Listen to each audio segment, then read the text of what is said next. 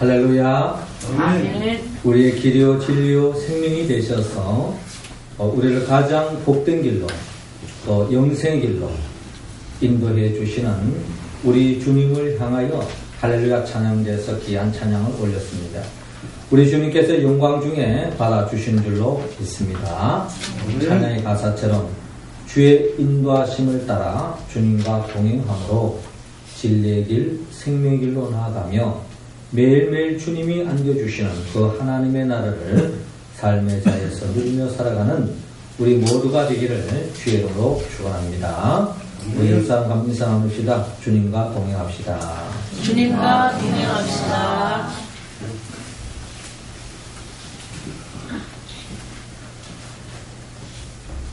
마가복음 11장에 보면 예수님께서 베다니 지방에 도착했는데 그때 마침 예수님께서 이 무화과 나무를 바라보시고 거기에 다가가셨습니다.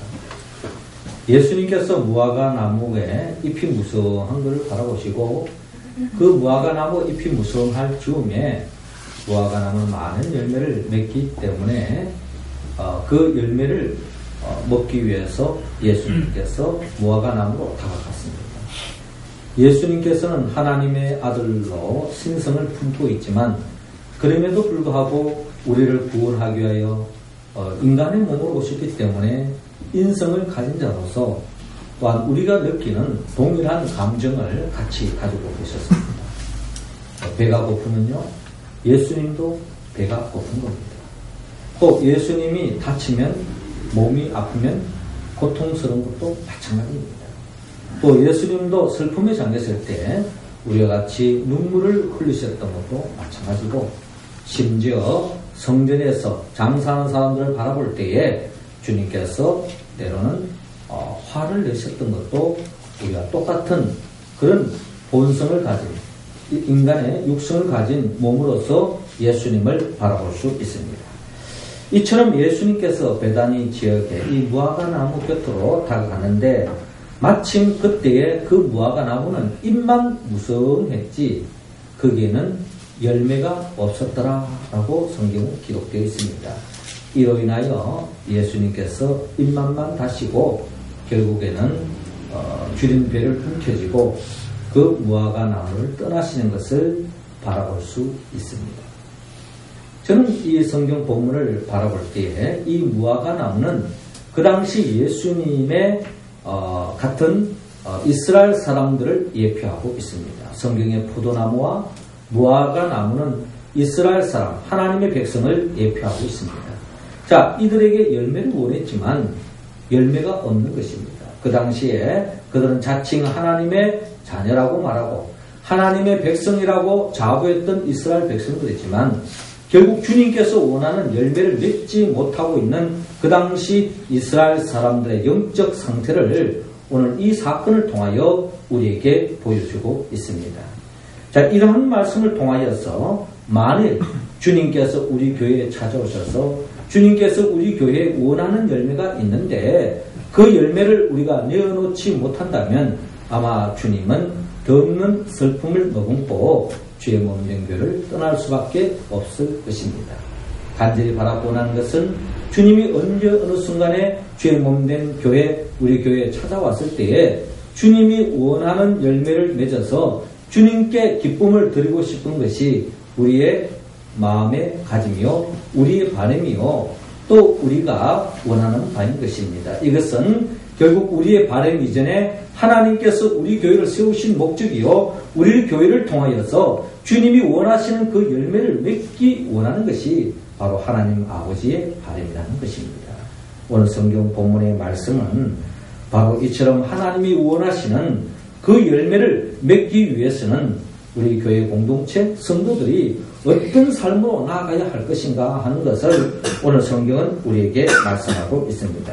먼저 하나님께서는 오늘 본문 3절 중심으로 회개하라고 말씀하고 있습니다. 3절 말씀 우리 같이 한번 읽습니다. 시작. 너희에게 이르노니 아니라 너희도 만일 회개하지 아니하면 다 이와 같이 망하리라. 아멘.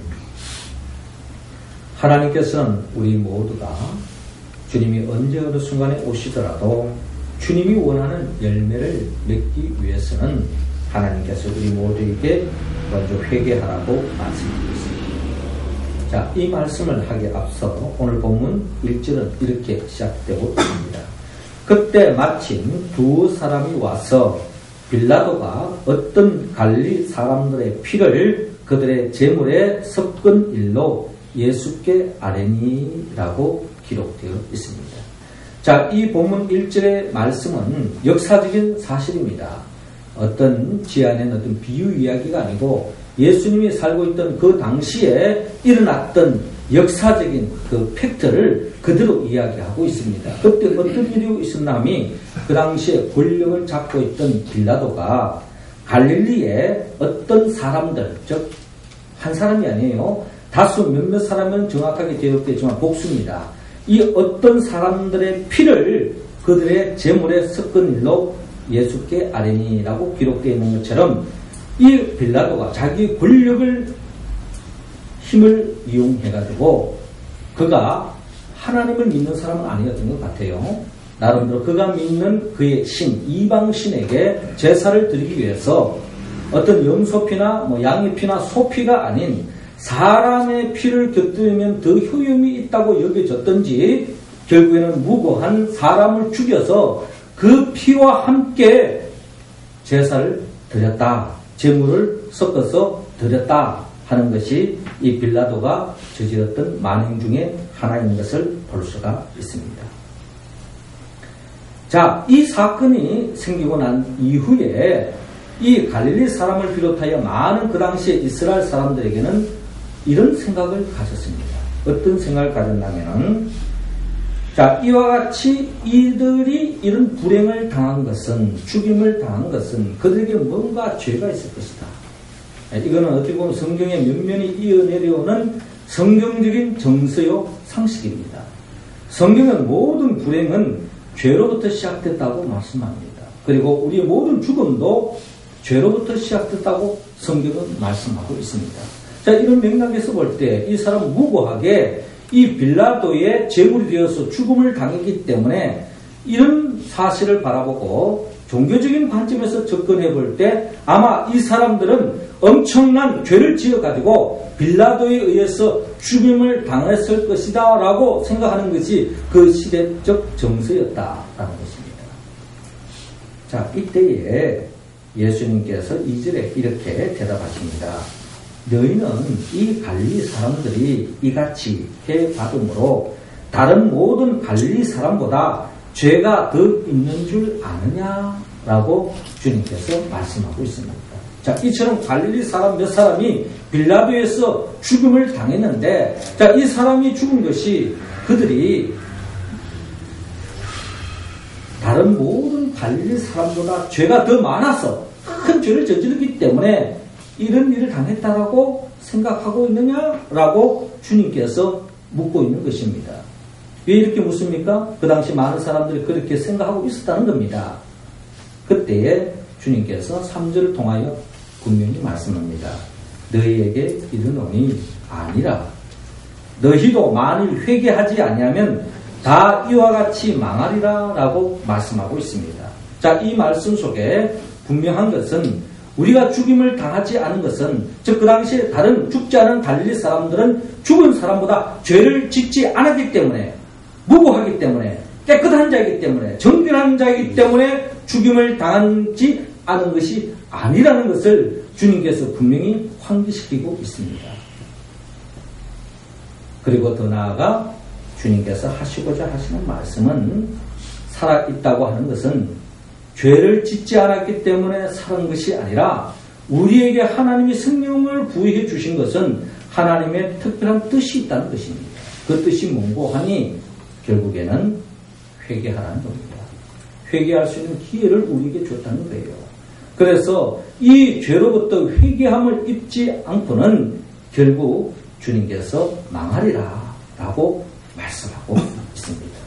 한마디로 주님은 이 사건을 통하여서, 이 시사적인 사건을 통하여서 회개를 촉구하고 있었다라는 것입니다. 회개는 하고 싶으면 하고 뭐 하기 싫으면 하지 마라, 이런 선택 조항이 아닙니다. 회개는 하나님의 강력한 이 시대를 향한 하나님의 명령입니다. 왜 회개를 촉구했습니까? 죄를 품고서는 절대로 하나님이 우리에게 주고자 하는 그 하나님의 나라의 기쁨을 맛볼 수 없다는 것입니다. 그러나 세상 사람들은 이야기합니다. 적당히 죄 짓고 적당히 수단과 방법을 가리지 않고 그 죄를 지음으로써 얻는 게 얼마나 많으냐, 조금만 양심만 속이면, 조금만 거짓말하면, 조금만 사기치면 큰 돈이 벌을 수 있다라고 하는 이런 세상 시대적인 사조 속에서 많은 사람들이 죄를 지어서라도 자신의 행복을 추구하고자 원하는 것이 많은 사람들의 생각인데, 그 생각은 마귀가 안겨주는 생각이라는 것입니다. 결코 성경은 우리에게 분명히 말씀합니다. 죄를 짓고서는 결코 하나님의 나라의 복을 누릴 수 없다 하는 것이 창세기부터 요한계시록을 통하여 우리에게 들려주시는 하나님의 강력한 명령의 말씀이다라는 것입니다. 죄를 짓고는, 죄를 품고서는 우리는 아무것도 할 수 없습니다. 죄를 품고서는 우리는 참된 행복으로 나아갈 수 없다는 것입니다. 예수님께서 이 땅에 주의 복음을 전가하실 때에 세례 요한이 먼저 그 사역을 펼쳤죠. 마태복음 3장에 보면은 세례 요한은 회개하라, 천국이 가까이 왔다라고 말씀합니다.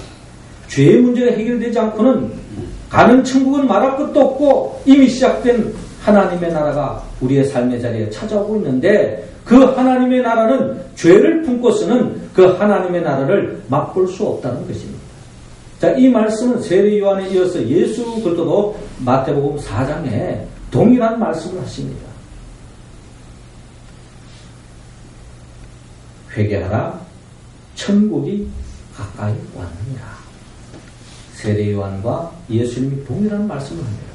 죄의 문제가 해결되지 않고는 참된 기쁨, 행복으로 나아갈 수 없다라는 것입니다. 그런데 문제는 사람들이 자신이 죄인인 줄을 모르고 있다, 착각하고 있다라는 것입니다.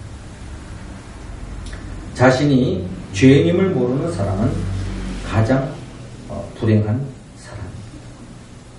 누가복음 6장 41절에 보면 예수님 이런 말씀을 하셔요. 어찌하여 형제의 눈 속에 있는 티는 보고 네 눈 속에 있는 들보는 깨닫지 못하느냐. 너는 내 눈 속에 있는 들보를 보지 못하면서 어찌하여 형제에게 말하기를 형제여 나로 내 눈 속에 있는 티를 빼게 하라 할 수 있느냐. 외식하는 자여 먼저 네 눈 속에 있는 들보를 빼라. 그 후에야 네가 밝히 보고 형제 눈 속에 있는 티를 빼리라 라고 말씀하고 있습니다. 우리 어른들 쓰는 그 속담 중에 이런 게 있어요. 똥 묻은 개가 겨 묻은 개 나무란다, 이런 이야기가 있습니다. 자신의 죄성은 그 누구보다 자기 자신이 잘 압니다. 그것을 감추기 위해서 많은 사람들이 다른 사람의 허물을 강하게 들춰냅니다. 강하게 들춰내면 들춰낼수록, 부풀려서 이야기할수록 자기 죄가 감춰질 것으로 착각합니다. 착각 중에 착각입니다. 우리는 남의 죄를 이야기하기 전에 자신의 부족함, 자신의 죄성을 알 때에 주님께서 예비하신 그 하늘나라의 기쁨으로 한 걸음 더 나아갈 수 있다라는 것입니다. 성경은 우리에게 분명히 이야기합니다. 인간은 죄인이다. 로마서 3장 13절 15절을 통하여 우리의 본질상 진노의 자녀로서 죄성을 그대로 품고 있다. 13절 이하로 보면 그들의 목구멍은 열린 무덤이요 그의 혀로는 속임을 일삼으며 그 입술에는 독사의 독이 있고 그 입에는 저주와 악독이 가득하고 그 발은 피 흘리는데 마른지라 라고 기록되어 있습니다. 죽이고 멸망시키는 데에는 몸짓이 빠릅니다. 다른 사람을 멸망시키고 죽은 인물에 있어서는 만사를 제쳐놓고 눈이 반짝반짝하면서 그 일을 도모하지만 선한 일에 대해서는 손 하나 깜짝하지 않는 것이 멸망의 자식의 특징입니다. 여러분들 삶은 어떻습니까? 죄를 하고 선한 일을 하는데 여러분 신바람 납니까? 아니면 다른 사람을 헐뜯고 죽이는데 신바람 나고 있습니까? 우리 자신을 한번 들여다볼 필요가 있다는 것입니다. 그러므로 주님은 우리 자신의 죄를 회개하기를 원합니다. 인간은 자신의 범죄를 감추려고 쉽게 망각합니다. 결국 멸망에 이를 수밖에 없다는 것입니다. 여러분, 하나님 앞에 주인임을 크게 깨달을수록 하나님의 그 큰 은혜를 입을 수 있습니다. 믿음의 선배 성 어거스틴은 방탕한 사람이었지만 하나님의 말씀에 접함으로 죄인임을 깨달았습니다. 그래서 어거스틴은 깊이 회개하는 뒤에 자신의 욕망이 가끔 일어나면서 그럴 때마다 팔을 물어 뜯으면서 자신의 죄를 회개했다고 합니다. 이 죄에 대한 민감성. 여러분, 교도소에 가면요, 그 사람들 자신의 죄를 인정하지 않습니다. 자기는 재수 없어서 걸려서 지금 감옥에 왔지, 지금 바깥에 있는 사람들은 다 어려운 사람, 내가 죄인이라고 이야기하는 사람 죄수는 아무도 없다 그래요. 그 강력한 범죄를 저지르는 사람일수록 자기는 재수가 없어서, 운이 없어서 잡혀서 지금 감옥에 있다라고 생각하는 사람이 절대 다수라는 것입니다. 여러분, 죄인은 누가 깨닫느냐? 의인이 자기의 죄성을 더 강하게 깨닫는다 하는 것이 성경을 통하여 우리 믿음의 선배를 통하여 경험할 수 있는 이야기입니다. 마틴 루터는 자기의 죄를 깨닫고 졸도하기까지 하는 심각한 회개를 했다라고 역사적으로 기록되고 있습니다. 다윗은 그 또한 하나님 앞에 큰 죄를 저질렀지만 철저하게 회개함으로 그는 하나님이 예비하신 그 기쁨의 자리에 나갈 수 있다는 것입니다. 사랑하는 성도 여러분, 주님과 같은 열매를 맺기를 원하십니까? 주님이 맺었던 그 열매를 맺기 위해서는 우리는 나의 죄성을 인정하고 내가 죄인임을 고백하고 나아갈 때에 우리는 진정한 주님이 기뻐하는 열매를 맺는 삶으로 나아갈 줄로 믿습니다. 우리 모두는 자신의 죄인임을 깨닫고 회개함으로 주님이 기뻐하는 열매를 맺으며 나아갈 수 있는 우리 모두가 되기를 주의 이름으로 축원합니다. 이어서 두 번째로 주님이 원하는 그 열매를 맺기 위해서는 하나님께서는 오늘 본문 5절을 중심으로 우리에게 회개하라고 반복적으로 말씀하고 있습니다. 5절 말씀 우리 할렐루야 찬양대원들이 읽어주시기 바랍니다. 시작.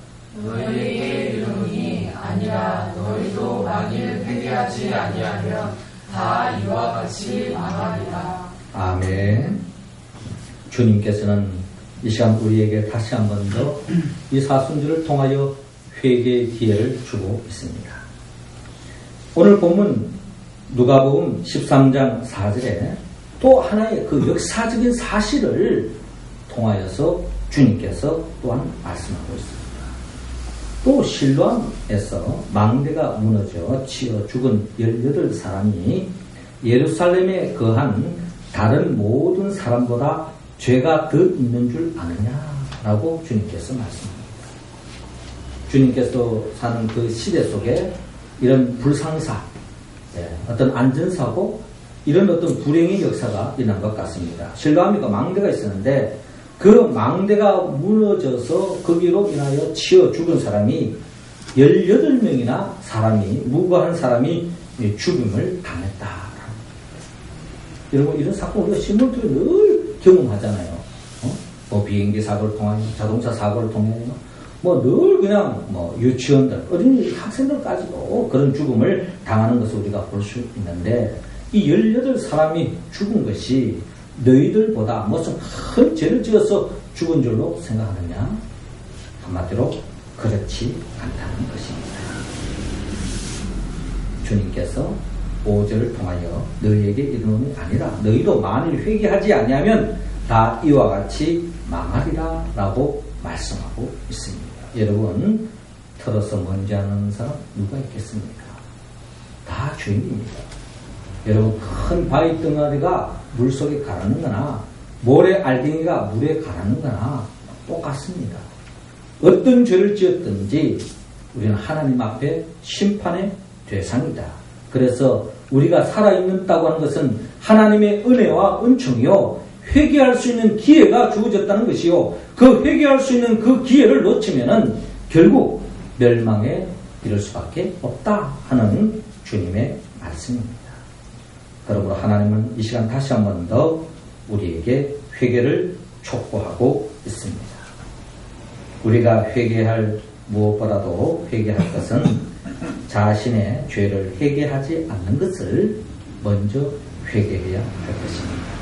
저는 죄를 이야기할 때마다 저는 개구리 이야기를 늘 이야기하고 싶습니다.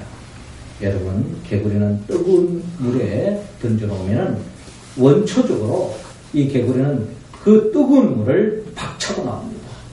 무슨 생각할 여지가 없어요. 이런 급한 상황, 생사가 오가는 이런 위기의 상황에 부딪히면은 이 온도가 몇 도인가 재보고 어떻게 될까 생각하지 않습니다. 바로 원초적으로 그 뜨거운 물을 박차고 밖으로 튀어나오는 게 모든 이 개구리의 생명의 특징입니다. 그런데 여러분, 어느 분이 이 개구리 가지고 장난을 치는 거죠. 실험을 해봤습니다. 차가운 물에 이 개구리를 담가놓고 가스레인지에 올려놨어요. 그랬더니 서서히 데워지는 겁니다. 이 개구리가 생각할 때, 야, 이거 조금 있으면은 내가 삼켜서 개구리탕이 되겠구나, 빨리 이 현실을 벗어나야 되겠다 라고 그 물에서 박차 나오는 개구리는 한 마리도 없다는 겁니다. 다 그냥 1도씩 올라가니까 아무런 감각이 없는 거예요. 무뎌지는 거죠. 어떻게 보면 그냥 따뜻하니까 여기가 좋사오니 하고 주저앉는 것입니다. 한순간에 개구리탕이 되는 것입니다. 우리의 삶도 마찬가지입니다. 죄에 대한 심각성은 이루 말할 수 없습니다.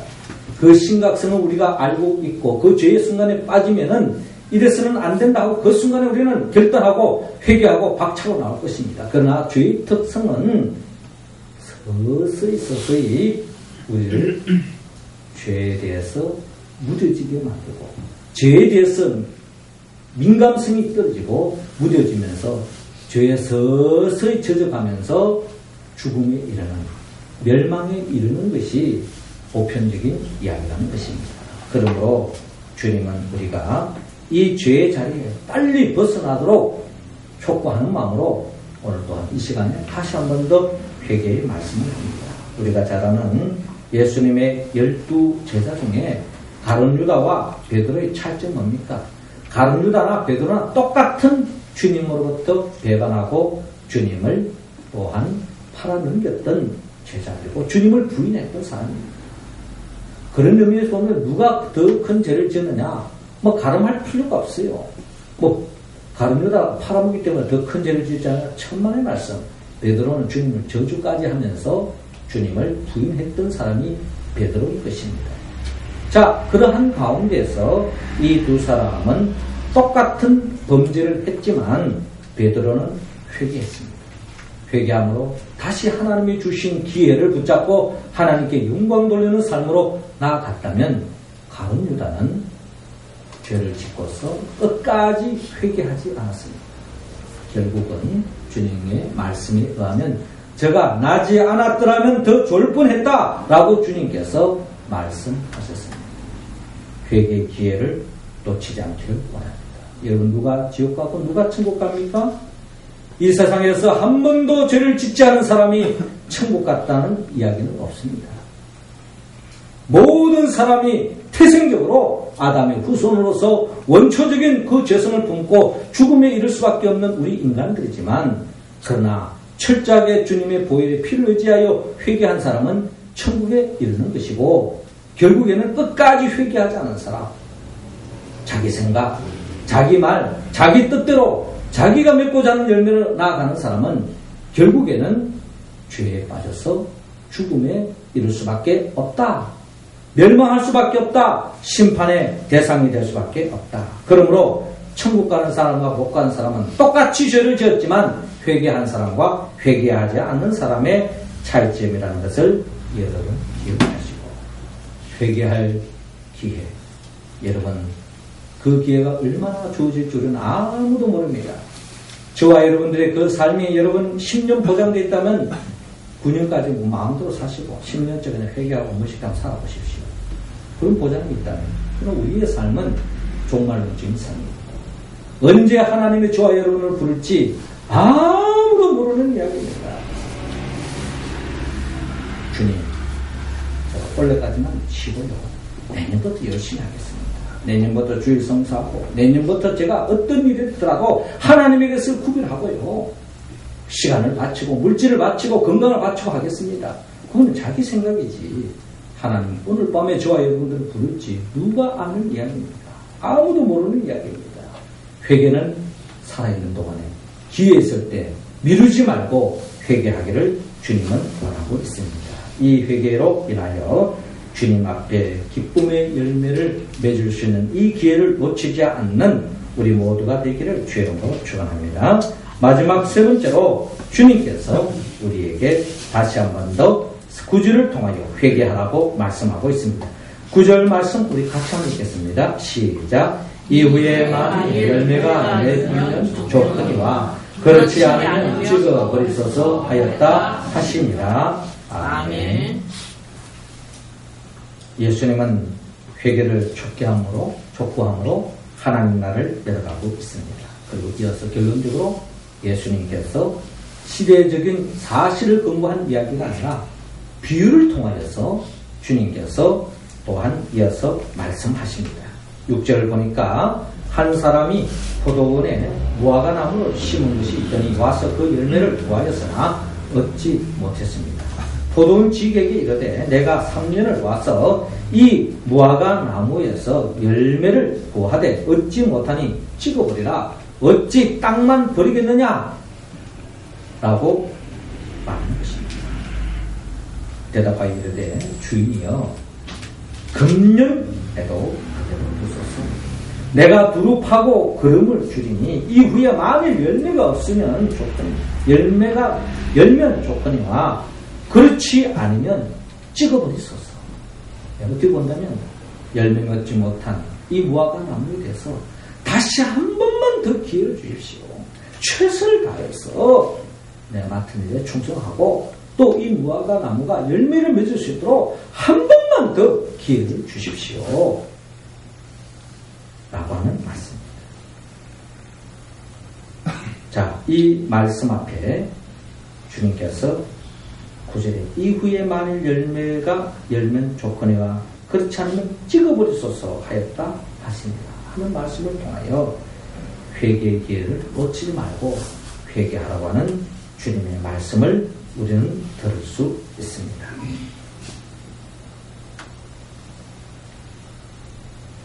우리가 회개해야 할 것은 분명히 있습니다.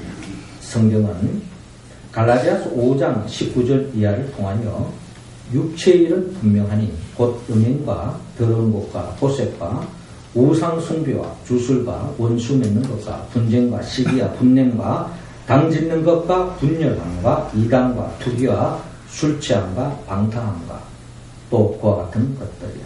전에 너에게 경계한 것 같이 경계하는 이런 일을 하는 자들은 하나님의 나라를 유혹으로 받지 못할 것이라고 말씀하고 있습니다. 여러분들 삶의 자리에 하나님의 나라를 유혹으로 받고 있습니까? 하나님을 맛보고 있습니까? 원인은 딴간입니다. 내가 스펙이 부족해서, 내가 좋은 직장에 못 들어갔기 때문에, 내 사업이 안 되기 때문에, 내가 호주머니에 돈이 없기 때문에, 천만의 말씀. 여러분, 죄를 품고서는 내 이 세상에 그 모든 것이 다 갖추어졌다 할지라도 하나님이 주시는 그 복을 누릴 수 없습니다. 하나님과 아무 관계가 없다는 것입니다. 그러나 여러분들의 삶이 힘들고 빡빡하더라도 죄의 문제가 해결되어지면요, 결국 그 어려움은 어려움으로 끝나지 않습니다. 하나님의 섭리 속에 연단하시고 이를 통하여 더 큰 복이 예비된 줄로 여러분 믿으시기 바랍니다.